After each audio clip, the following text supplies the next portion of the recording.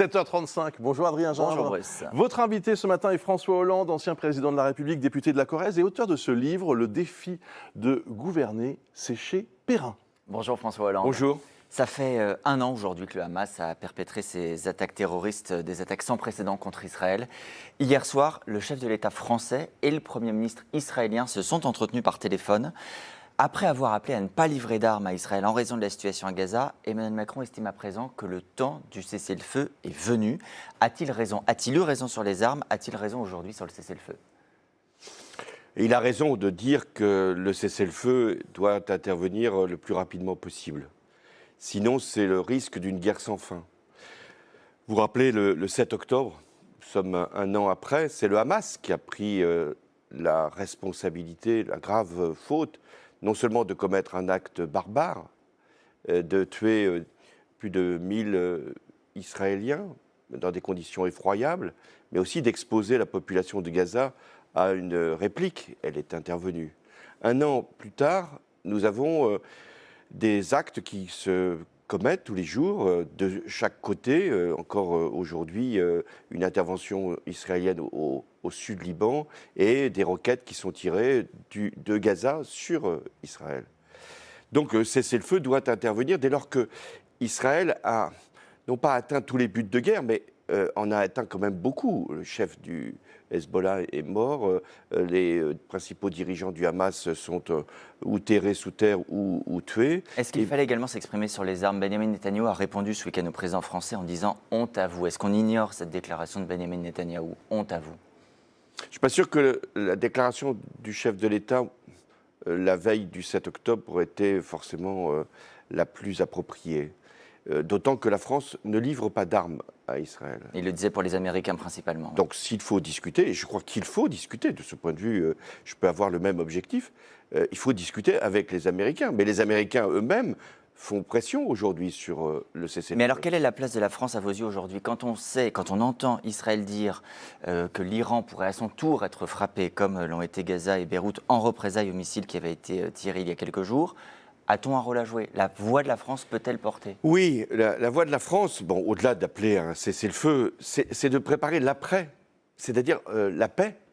C'est ce que font d'ailleurs un certain nombre de dirigeants israéliens et même certains anciens responsables palestiniens, préparer la paix, de dire qu'est-ce qui va se passer. On ne le fait pas aujourd'hui?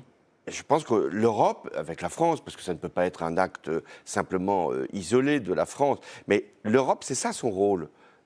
Pas livrer d'armes, forcément, ne pas instituer un rapport de force qui serait une guerre sans fin, sûrement soutenir Israël chaque fois qu'Israël est attaqué. Israël a encore été attaqué par des missiles iraniens il y a encore quelques jours. Donc ça, c'est des positions qu'il faut prendre pour aller le plus rapidement possible vers le cessez-le-feu. Mais il faut aussi dire à tous les protagonistes qu'il y a un après cessez-le-feu, c'est-à-dire la paix. On parlait du 7 octobre. Le ministre de l'Enseignement supérieur a appelé dans les universités à maintenir l'ordre et à garantir la neutralité en ce jour si particulier. Jean-Luc Mélenchon de la France Insoumise appelle à partir de demain à mettre des drapeaux palestiniens partout. Il ajoute des drapeaux libanais aussi.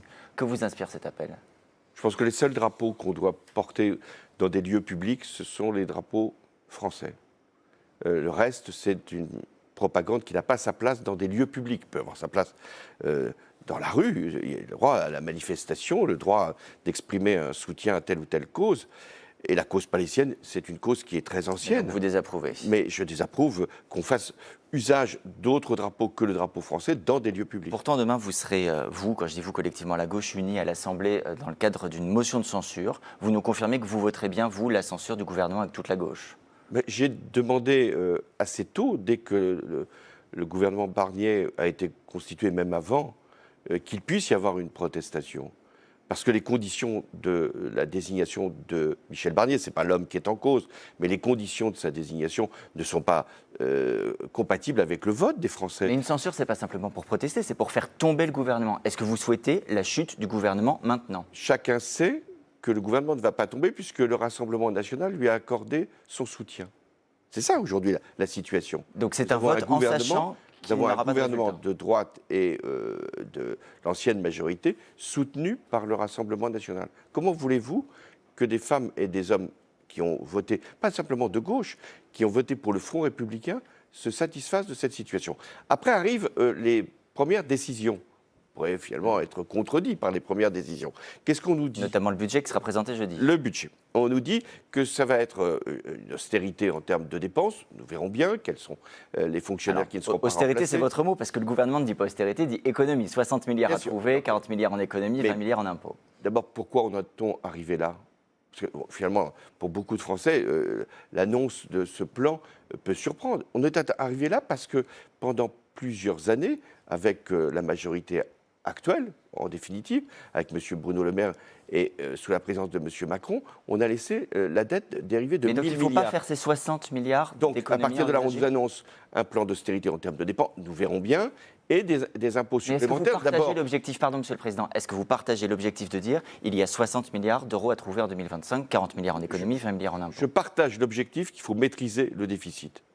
J'ai, comme président de la République, pris ces décisions-là pendant 5 ans, où le déficit n'a cessé de baisser, pour ce qui concerne les administrations publiques, de 2012 à 2017. Donc je suis parfaitement convaincu qu'il ne faut pas laisser les comptes dérivés et l'endettement progresser. Après, il y a plusieurs manières de faire. Soit on prend sur la masse des Français, la taxe d'électricité, un certain nombre d'impôts qui peuvent augmenter, soit on s'attaque aux plus fortunés ou aux entreprises qui ont fait le plus de profit, nous verrons bien, Mais alors, sur les et plus des fortunés- dépenses qui doivent être maîtrisées, il y a des dépenses qui doivent être corrigées forcément. Sur les plus fortunés, François Hollande, le gouvernement a dit une surtaxe des ménages qui gagnent au-dessus de 500 000 euros par an. Il y a quelques années, vous aviez fait sensation en disant qu'on était riche à partir de 4 000 euros. Est-ce qu'il faut imposer ceux qui gagnent plus de 4 000 euros? Non.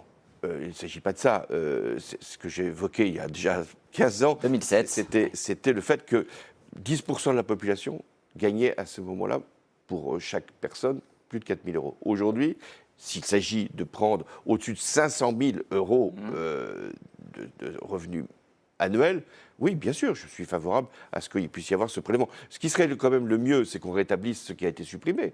L'impôt sur la fortune a été supprimé, rétablissons-le. La flat tax a été introduite. C'est-à-dire le fait que les revenus du capital soient moins fiscalisés que les revenus du travail. Eh bien, supprimons-la, cette flat tax. Pour faire des économies, il y a toute une série de propositions. Hier soir, au 20h TF1, Gabriel Attal évoquait la réforme de l'assurance chômage, simplifier le millefeuille administratif. Gérald Darmanin, dans Les Échos, dit on pourrait mettre fin définitivement aux 35 heures, dans le public comme dans le privé. Définitivement. Est-ce qu'il faut accepter d'ouvrir ces sujets? Enfin, M. Darmanin, il était ministre, je crois, pendant 7 ans. Il était ministre de tout, d'ailleurs. Ministre du budget, ministre de l'Intérieur. Et voilà qu'il se réveille et qu'il dit maintenant il faudrait faire travailler tout le monde beaucoup plus longtemps, il faudrait faire des jours de carence. Mais c'est quand même ce gouvernement qui a créé la situation dans laquelle nous sommes, c'est-à-dire 1 000 milliards de dettes supplémentaires. Et donc, plutôt que de demander effectivement des contributions aux plus fortunés, M. Darmanin dit il faut maintenant faire travailler tout le monde. Voilà, je crois, une politique qui n'est pas forcément en adéquation avec ce que pensent les Français. Vous avez intitulé votre livre « Le défi de gouverner ». Est-ce que la gauche au pouvoir aujourd'hui ferait mieux? Quand on voit que le programme du NFP, c'était le SMIC à 1 500 € net, bloquer les prix, abroger les réformes des retraites et de l'assurance chômage, revaloriser les APL de 10%, est-ce que financièrement, ce serait réaliste, ce serait faisable? Le SMIC, ce n'est pas l'État qui paye, Ça a des heureusement. conséquences pour, Et d'ailleurs, le SMIC va être augmenté. Il sera d'ailleurs... Pas à 1 600 net, même. Non. Il sera peut-être dans 1 an ou dans 2 ans à 1 600 net. Tout ça est affaire de calendrier. Non, je crois qu'il y avait des mesures qui étaient attendues pour remettre un peu de justice, notamment sur la question des retraites et aussi sur le pouvoir d'achat. Ensuite, la gauche, maintenant, elle n'a pas de pouvoir puisqu'elle est dans l'opposition. Mais elle doit se préparer. Et moi, le calendrier que j'ai n'est pas forcément celui que beaucoup ont à l'esprit. Madame Le Pen veut des élections législatives anticipées.